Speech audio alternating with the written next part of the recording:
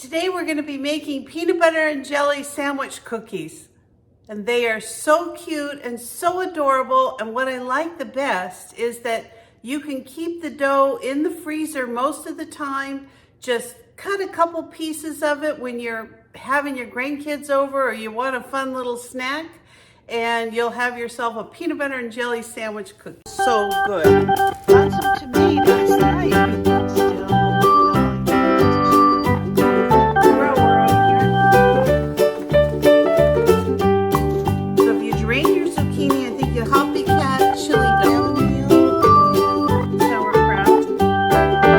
We're going to start off by beating 1/3 cup of softened butter with 2 tablespoons of sugar.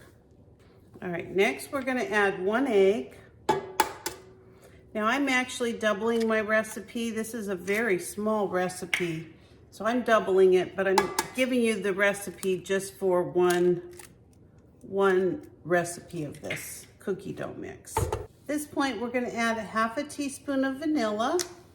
At this point, we're going to add 3/4 of a teaspoon of baking powder. We're going to be adding a dash of salt. And I guess that's considered kind of a pinch of salt. And then we're going to be adding a cup of flour.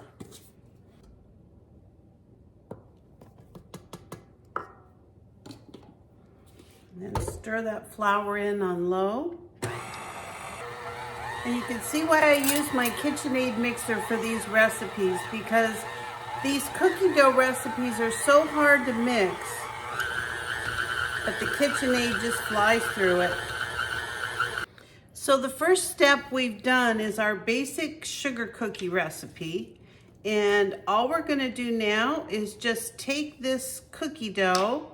My hands are clean. I'm gonna take this cookie dough and I'm gonna put it in plastic wrap, and I'm going to stick it in the refrigerator for 1 hour, and then we're going to take it out and I'm going to show you the next step.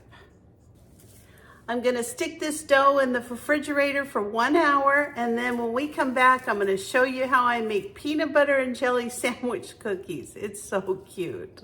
Okay, it's been an hour. It's time to have some fun. So what I'm going to do is I'm going to take the dough that I've had in the refrigerator, and I'm going to cut about 1/4 of it, and I'm going to put that in a bowl here. I'm going to take the rest of this and stick it back in the refrigerator, and then I'm going to add a little bit of cocoa to this. So I'm going to add about 1 to 2 tablespoons, maybe just 1 good heaping tablespoon. And I have some gloves on. I just thought this would be the easiest way to mix it together. So all I'm gonna do is mix this cocoa along with this sugar cookie dough until it gets kind of a darkened crust. So all we're gonna do now is take our cookie dough, the white cookie dough out, and we're gonna kind of shape this into a log.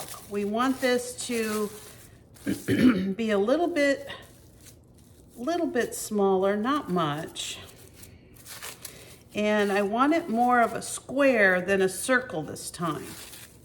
Kind of a rectangle, a longer rectangle. We're going to try to make these look like sandwiches, these cookies.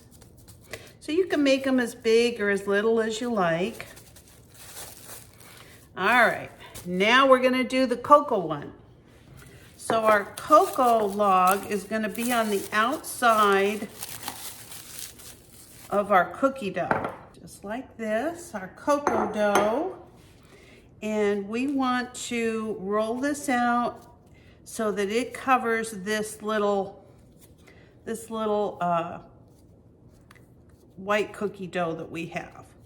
So what I'm going to do is just put another piece of plastic wrap over this.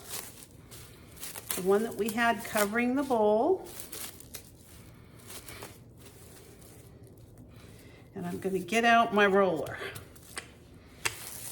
And we want to get it thin also. This is going to be the outside crust of our bread. All right. So let's take our square here. We're going to put it in the middle. And then we're just going to bring our cookie dough up, the cocoa one up, Okay, I'm gonna get a knife because I want to try to get a little bit of extra off these sides, and then I'll show you how this comes out.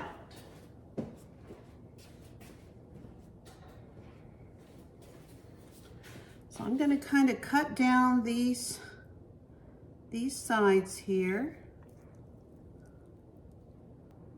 Don't worry if it's not fitting just right. We're gonna go ahead and wrap it back up in the plastic and then we'll shape it. All I'm doing now is just getting a little bit of extra cocoa dough. All right, so here is our square. We're gonna just shape it together like a nice square. We want to get all this cocoa one kind of pushed in so you can't see where it came together. Just like this. I mean, I've never done this before. This is how I think we should do it. I hope it comes out.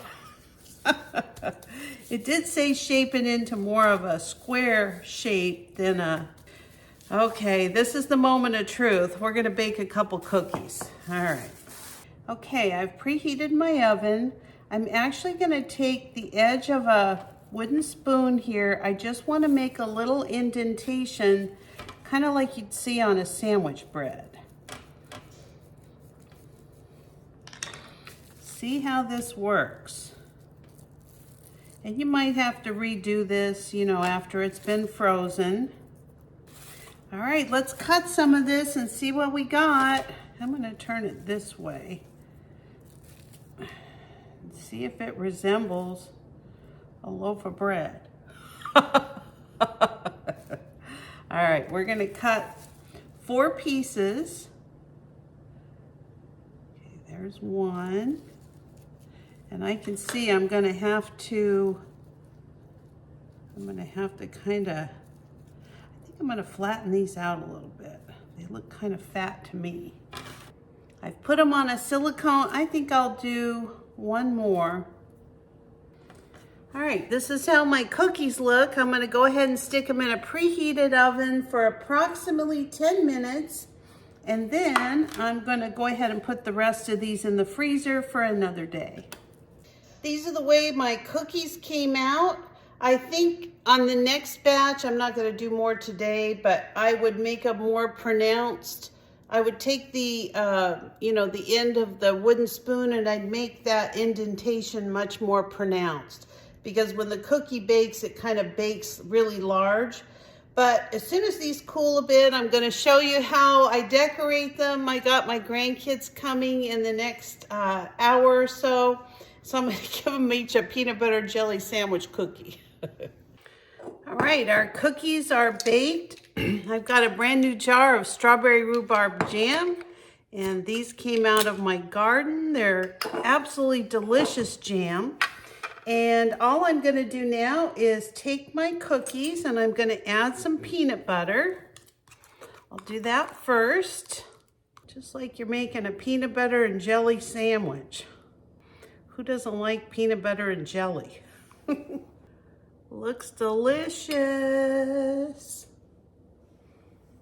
Let's see, where's my little indentation? There's my first sandwich. And there we go. Couple peanut butter and jelly sandwiches.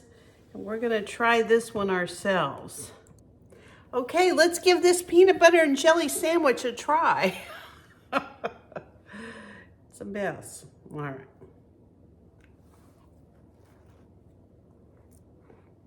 Mmm.